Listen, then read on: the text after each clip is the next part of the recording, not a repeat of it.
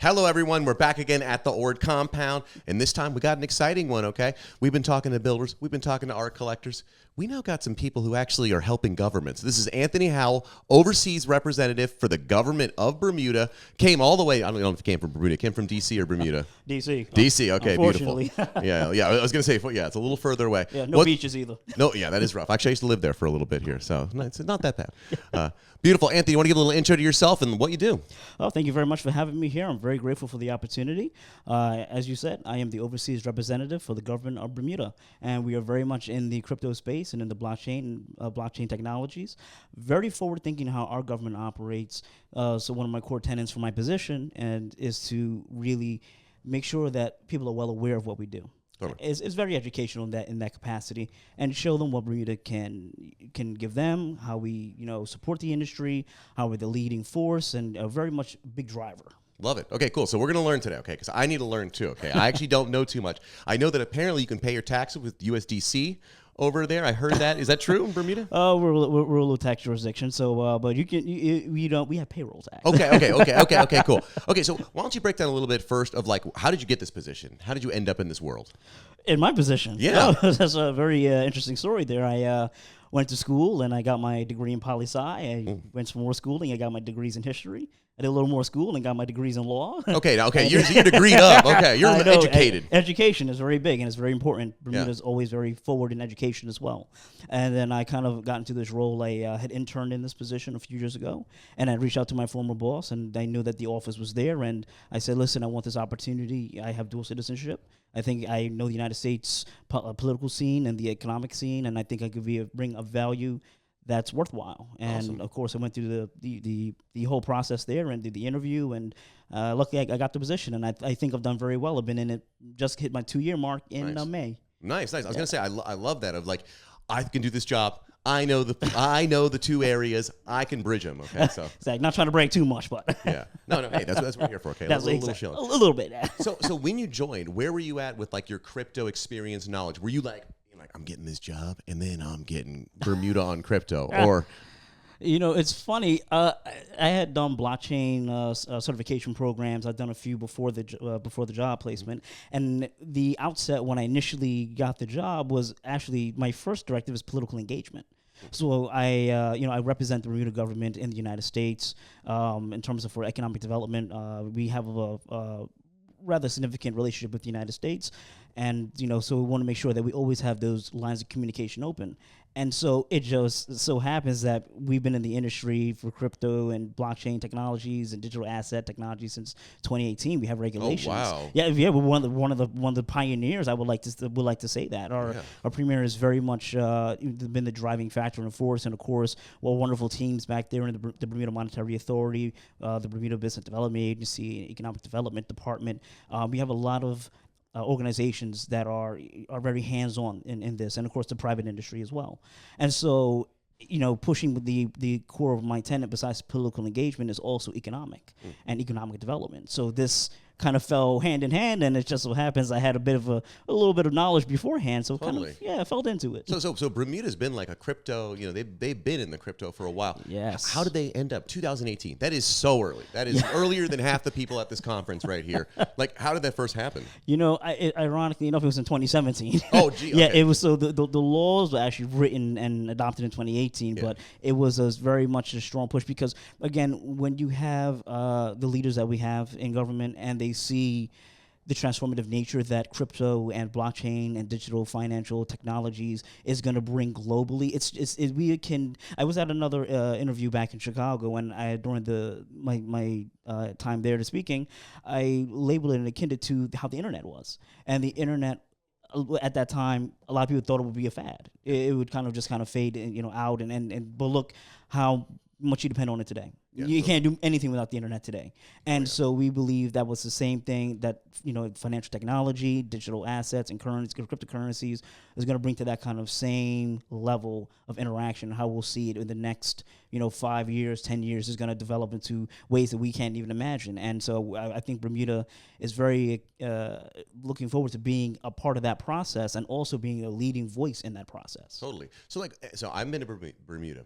if you go there, what is the average like knowledge of crypto? Is it like more than like America? Um, from the people who are in it, or the But population. people who are in it. Yeah, like what's the yeah, just like a Yeah, no problem. Well, the people who are aware of it are very knowledgeable about it. I mean, Yep. again, we have some of the leading regulations in the crypto space. Our regulations are very much geared towards defining what it is, crafting the definitions necessary for companies to operate, and that's why we become an island where people or jurisdiction where people want to take their business because we have that clarity. Totally. And so that goes to show you the caliber of the persons we have on the island who are very knowledgeable about this. Our legal teams are very knowledgeable about it. Our regulatory, teams are very knowledgeable about it. And of course, within the government, we have those sectors in their specialties are very knowledgeable about it. And so I think that that demystification is very beneficial, and kind of why it drives and steers the business to Bermuda, and why we've seen the success we've seen. 100%. I was going to say, like, that's the biggest problem we all complain about here in America is like there's no clarity. We're waiting for clarity. When you guys started in 2018, right? Starting to define these things. How long did it take until you guys felt like it was like, okay, we got a good set of rules? Or was it like 2018, you kind of like you worked on 2017 proposing stuff, 18 it's passed. Was it good right from the beginning, or were there kinks to work out? It was good right from the beginning. Okay, perfect. Yeah, Just like everything in government. Everything in government. It works the first time. Exactly right. Well. So and it's funny because we're very big for insurance and reinsurance, and so we've seen the success in that industry, and we transposed the similar success that we've had in that industry and applied it into the blockchain technology industry. And because again, we have the regulator who is very familiar with it and very in tune with it. So we kind of see how it should be crafted, and it is regularly updated. There are different working groups. I'm a part of several working groups back on island where we have discussions of digital identity. We have discussions on DAOs, and we look to see exactly how either the existing legislation or new legislation, if necessary, should be crafted. And we kind of do those roundtable discussions, and we bring them to the regulator. And this is how we develop and make sure that we have the right frameworks that make sure that those companies and entities that are coming to island are well protected, well regulated, and can prosper. Totally. So how often, like, are you talking to like businesses directly and like explaining like, hey guys, here's what Bermuda's got. Okay, you're sick of all these like wishy-washy rules. I mean, yeah, okay, we do engagements, and that's again one of my key roles out here is economic development, and we share with them what Bermuda offers. I mean, again, we're not a place for those who don't want to be regulated. We are very thorough. Our regulators well respected throughout the world, and so we very much share the tenets of what we offer. And if this is something that is attractive to companies, then it's something that they want to come and be a part of. And of course, we talk to industry insiders in the businesses when they have any questions or anything like that. We can direct them to who we need to direct them to back in government and back in Bermuda, and that way that we can understand and learn from them as well, and we can see what's working, what's not working. But so far, it's been very positive. Nice. Yeah, so you're in DC. You're probably interacting with a lot of different people from different countries, all there to represent, right? Yes. Like, so what do you find yourself like finding? Are there other countries where you're like, yes, there's my dude over there. They're similar to us. Like, are there other allies you see in this like?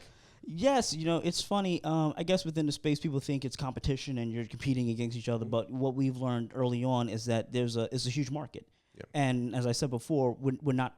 Bermuda is very ripe for and great choice for a lot of entities. Some entities, may want to opt somewhere else if they're located somewhere else, and they may want to go somewhere else. Yeah. I particularly don't know why, but of course, I'm biased. But but it's funny when we look at it this way. It's we work with those. Again, we work with the United States. We have conversations. I've met with different persons from different regulatory authorities in the U.S. I've had conversations with different persons from the Middle East, just to give an overview and oversight. And there are ideas and thoughts of well, what are you doing, how we can improve ourselves, and then and that's how you create dialogue, because our key gearment is not so much as even just bringing business to Bermuda. That's always very good. We want to make sure we're that guiding light for those businesses, but we also want to make sure the industry itself has the stability for the long term. Totally. And that's the key, because it's so easy for a hiccup to happen and then the industry has some rough patches, and then the last thing you want to do is have bad actors, Totally. failure in the industry, and that, because then again that just doesn't benefit anybody. Totally. Yeah, you say come to Bermuda, and then someone runs a scam in Bermuda. That's not good for anyone. That's only good for the scammer, maybe. Exactly, and, and that's exactly why our regulator is the way it is. They're very particular. They're very thorough. They have serious criteria, list and rules, procedures, and the expectations you have to meet before you can even remotely get a license. And this is to protect not only Bermuda's reputation and our economy and our people, but the industry as well. Totally. So there's obviously an appeal for anyone who's like a crypto company who's kind of like in some ambiguous United States regulations. What about like other industries?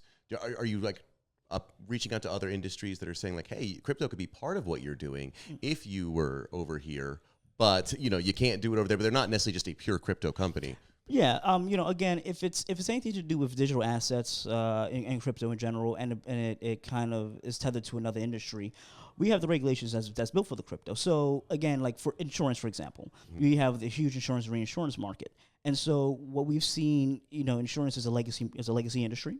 And so what we have seen is that they are wanting to adapt, and they want to adapt to new technology. They're looking for different ways and how to better the customer experience. Make the product cheaper, because we do know that there's always the outlook from people. People want to try to find it as most affordable options as possible. Totally. And technology has that ability.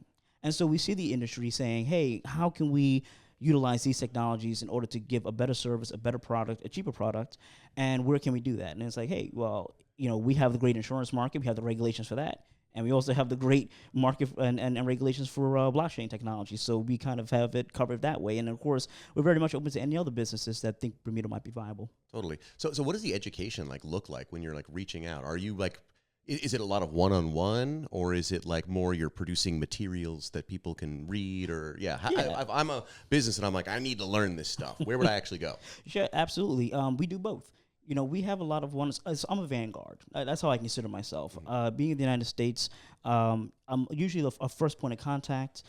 We do with the conferences I attend, or with the persons in DC or even outside of DC. They have a lot of word of mouth, and they'll say, hey, I know this person, Anthony, can I introduce him to you? Absolutely. I'll have a one-on-one. I'll hear what they have to say. If they have a problem, we can solve it, or a business, and then I kind of direct how best we can accommodate that, and then can tell them who they should meet with back in Bermuda and do those kind of engagements there. But we also have our regulator, and we also have the business development agency, and they put out working pieces. They put out the consultation papers, the white papers, and the reports, and they have this on their website.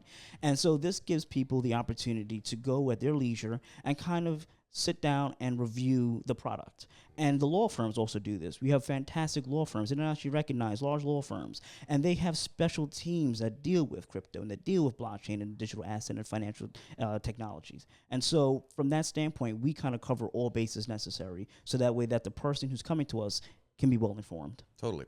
So one thing, we're at Bitcoin Nashville right now. Bitcoin's always, when we're talking about crypto, a lot of people think crypto is only Bitcoin. Yeah. Right. However, there's a lot more, Ethereum, Solana, et cetera.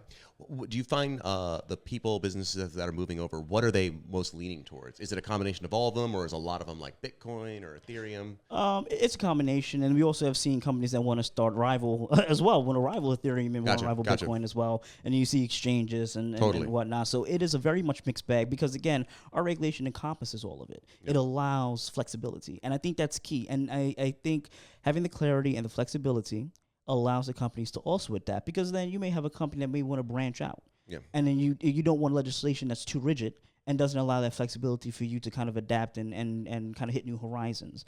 And so I think that gives us the advantage over many other jurisdictions. Totally. So you're traveling around often, going to conferences, you're meeting all these different people. Do you find there's different flavors for each of the groups, right? So you're at Bitcoin Nashville right now. You got some Bitcoin maxis. Yeah. You might go to an ETH conference that might be a little different there. Do you find is there different vibes in each one? Yeah, absolutely. There are different vibes, and I'm very much having to learn how to adapt to them myself. Yeah. But no, it is again, it's different personalities, and everyone has an idea, and everyone has a specific reach that they're looking for. Yeah. And so from that standpoint, what we understand is that, okay, again, we can't hit everyone. We're not going to be the best for everybody, because people have different ideas on where they want to develop and where they want to move to. But, I share with them what we can offer. And again, it comes right back around to education and knowledge and having at your disposal the information. Yeah. And so that's what we're very much akin to. But it's fantastic talking to the and just seeing the industry itself and the ideas that people have is really interesting because it's so many like brilliant ideas I would have never thought in a million years. And fantastic. I'm very blessed to have this opportunity to have conversations with individuals and kind of hear these ideas. Yeah, even today I can't believe I'm talking to people like way smarter than me, way more educated. I'm like, oh my God, it's like builders. It's amazing, and they're all in one area right now, excited to like talk. It feels pretty pretty interesting. No, absolutely, and it's a great takeaway. Learn a lot and see a lot. Totally. So you're in DC. You're in the political scene, actually, right? You're actually, you're actually there. How much do like the American politics affect like what your job is? It's from a standpoint, the United States is very. Unfortunate to say this, it's multiple regulators in the United States. So the problem is that you do hear a lot of competing voices, and so. In my standpoint, we do have meetings with the different government agencies. We have meetings with politicians, and just to kind of we have a strong relationship with the U.S. Our relationship with the U.S. stretches back 400 years. Yeah, it's a very long relationship. We've been very supportive, and reciprocity is always there. So, and what we do is not a silver bullet or some type of secret anything. It's open in general. You can look at our regulations online and take a look. And so we've always had these kind of conversations and dialogue to learn more about the political landscape when it comes to the positions when it comes to crypto or when it comes to blockchain technologies. And so, it impacts my job from two standpoints. The first standpoint being is I need to be knowledgeable. I need to always understand what's happening in the U.S., any laws, anything applicable that could impact Bermuda in the long term is something that we do need to be made well aware of. And this is, again, why it's important for us to always have great engagement with the political entities within the United States, because we want to ensure that there's no misunderstandings, that they understand that Bermuda is, a great place, and we work closely with the agencies and with the U.S. in many aspects. And so that's one side of it, and the other side also is to share what works for us, and just to kind of just kind of be that, if they ever have a question or because sometimes you have people that will say, "What are you guys doing that makes you guys stand out?" And it's like, totally. Well, here's what we're doing. Well, it's interesting. Like, there's 1,000 countries that have not regulated crypto at all, or it's wishy-washy. And it's like, okay, well, here's someone who's doing it.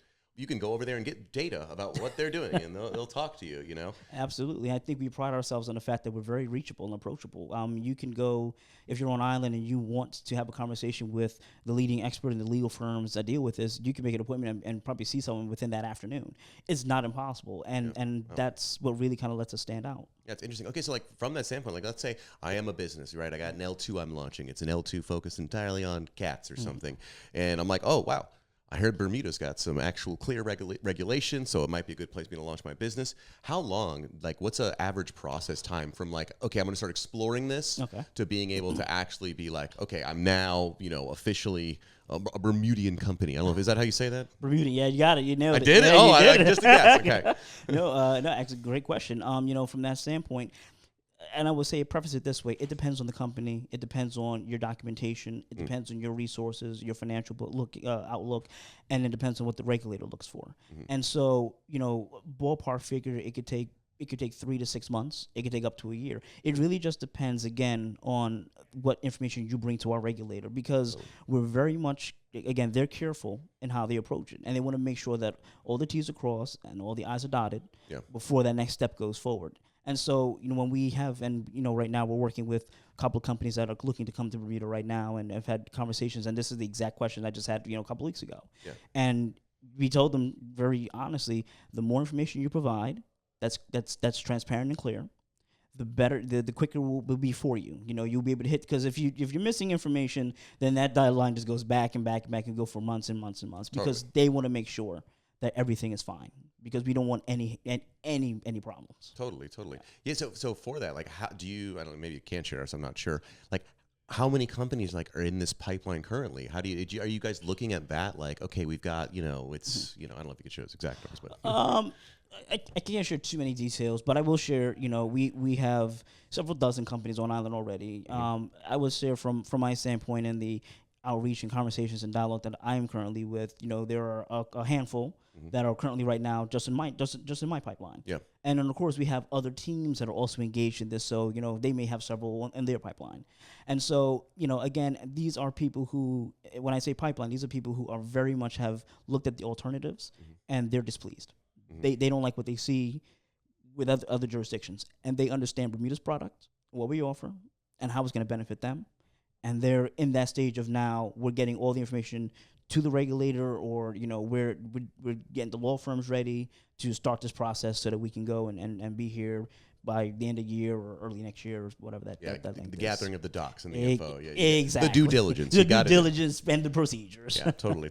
So this is a little bit like not exactly off topic, but like, okay, for someone who's never been to Bermuda, like what are the things if I go visit? Like what are things I should be doing outside of starting a crypto company? Is there anything to do outside? No, I'm joking. No, if you want to do anything in Bermuda, first thing is you definitely want to go to the beach. Okay. Horseshoe Bay is one of the most beautiful beaches. Heard that. Pink sand. Oh, pink sand. Pink Okay, sand okay, beach, okay. yeah, Amazing. Beautiful. My little getaway, this is my home area, St. David's in St. George's in Bermuda, is Clearwater.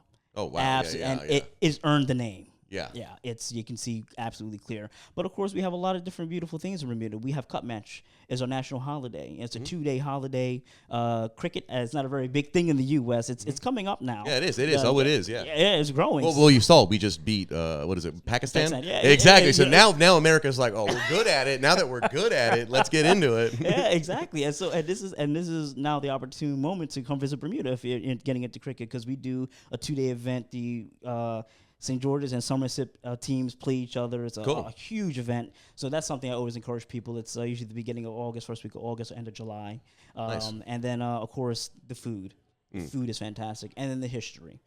We have like I said, long history. We actually, St. George's is the oldest continually inhabited town in the Western Hemisphere. Really? Oh, my God, really? Yeah, it's older than Jamestown. Oh, my God, that's crazy. I'm from Virginia, so you don't know that. That cuts deep, okay? Oh, so sorry about that. Matter of fact, just a little history on that. Actually, from the Virginia company that was coming to Jamestown, a storm happened, and one of the ships got shipwrecked on Bermuda. Oh, okay, that's what happened. Yeah, so wow. it was part of that same team. So the Virginia company members were in Bermuda, and then they sailed on to the Jamestown.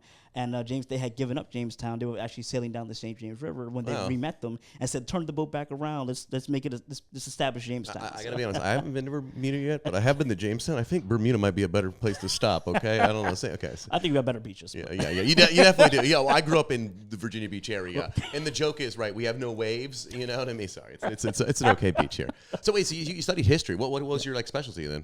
My specialty was actually colonial history. Colonial international relations, but mostly dealing with the American history up to about the 1950s. Okay, nice. So yeah, and of course I do international and South Asia and Asia history, and so I have a very wide.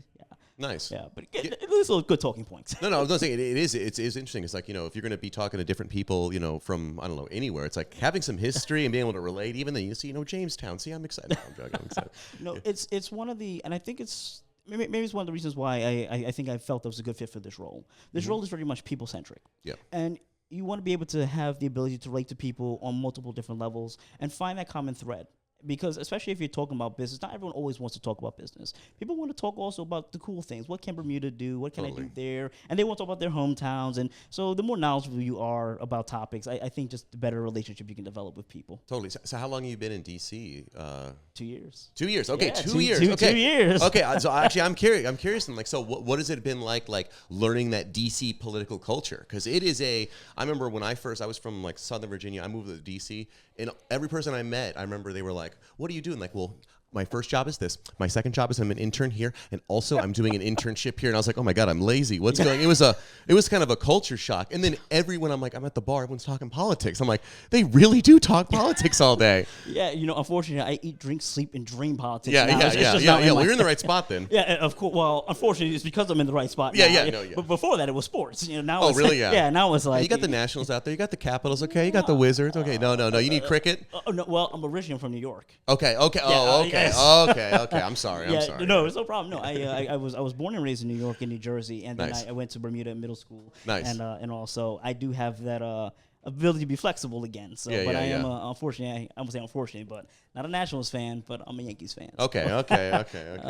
Well, no, I tell you, when I used to go to a Nationals game, if the Yankees play, there's more Yankee fans than National fans in the stadium, and then everyone who's from DC, everyone's like, get out of here. You know the sad part? I went to the Rangers game when they swept the. I felt kind of bad because I looked around. There was a lot of blue, red, white jerseys. Yeah. It doesn't feel good if you're like, guys, this is the wrong. But that's also the nature of DC DC being like such a polyglot, like because everyone there is like, I'm from Boston, I'm from here, I'm from New York, I'm from Texas.